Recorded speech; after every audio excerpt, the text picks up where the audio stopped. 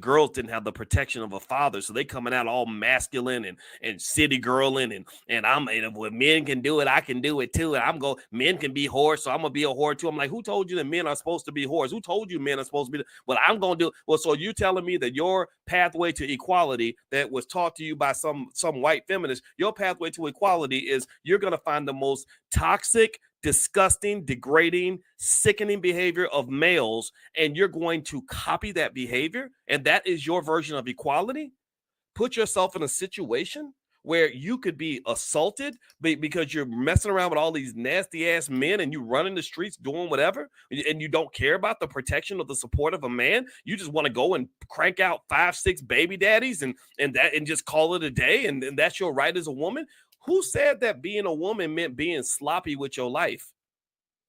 Where in the world? Who even taught you? I mean, when we go back, let's go back to Kamala the Stallion. Let's go back to that. Who taught you?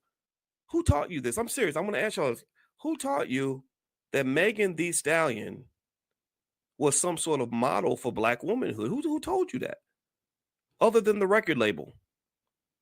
I'm not dissing Megan. I understand. I read Megan Thee Stallion's entire bio. I know her background going all the way back to when she was a baby. I don't talk about people I don't understand on some level. Megan Thee Stallion, she was shot in the foot by her boyfriend. This is what that city girl life gets you. You're picking toxic men to procreate with or to spend time with. So next thing you know, you're getting shot in the foot by your boyfriend. Daddy ain't nowhere to be found. I understand you didn't have a daddy, didn't have the protection of a father. I think she's over 30 something. Again, I'm not saying that she is a terrible person. I'm saying she's a victim. She's a product of an environment. And what they're doing is they're taking the disease and they are spreading it through the Black community. They're telling all the healthy girls who have a chance to heal themselves. They're saying, no, just be like Megan. That's what you want to be. And I feel bad for them, because the first thing I got to hear as a Black man who's trying to do right in my life, first thing I got to hear is from the women who go into these situations that Megan put herself into. They get shot in the foot by their boyfriend. They say, look at what Black men are doing to us. Black men are shooting us in the foot. Black men are beating us up. And I'm like, Black men aren't doing that. Tory Lanez did that to you. He shot you in the foot because Tory's a dumb, drunk asshole who had too much to drink that night. And y'all were out here getting involved in this culture that is promoted to you through hip hop that I've been telling you is unhealthy. I've been telling you that going out getting drunk and high every night is going to lead to nothing but death and chaos in your life. I've been telling you this. Oh, but you're old fashioned. You're being a sexist. Okay, well, keep on going. Keep doing what you want to do. But don't come telling me how bad Black men are when most good Black men, I know a lot of good Black men who would have loved to date a woman as beautiful as Megan, who wouldn't have shot you in your ass that night. I know a lot of good men who would have protected you. I know a lot of good men who would want to marry you and raise healthy children with you. I know a lot of men who would want to be there for you. But they flipped the culture on its head. They've done this.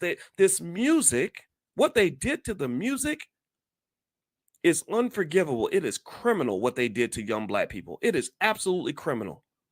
And then just the idea that when politicians are looking to get Black votes, they don't go to the scholars, they don't go to the thinkers, they don't go to the lawyers and the doctors, they go to the rappers. They go to Megan Thee Stallion, they go to the guy from the Migos.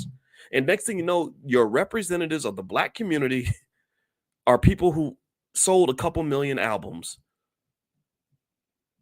And that to me, I mean, again, I may die on this hill.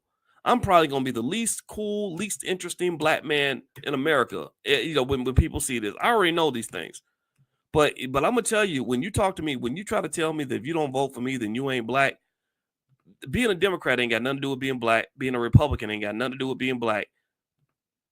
Being Black is about something totally different. Being Black means being free. To me, being Black means being part of a community that you can be proud of. To me, being Black means being a part of a community that has success, not failure. To me, being a Black should mean being part of a community where we're moving forward, not backward. But to me, being Black means being part of a community where you want to be informed.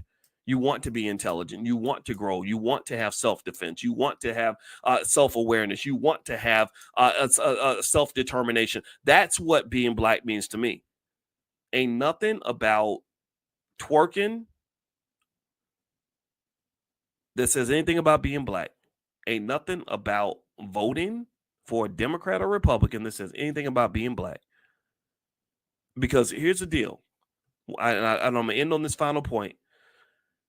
As much as you try to scare me with Project 2025, I'm afraid, dear black people, that you don't have to. The Project 2025 is the least of your worries.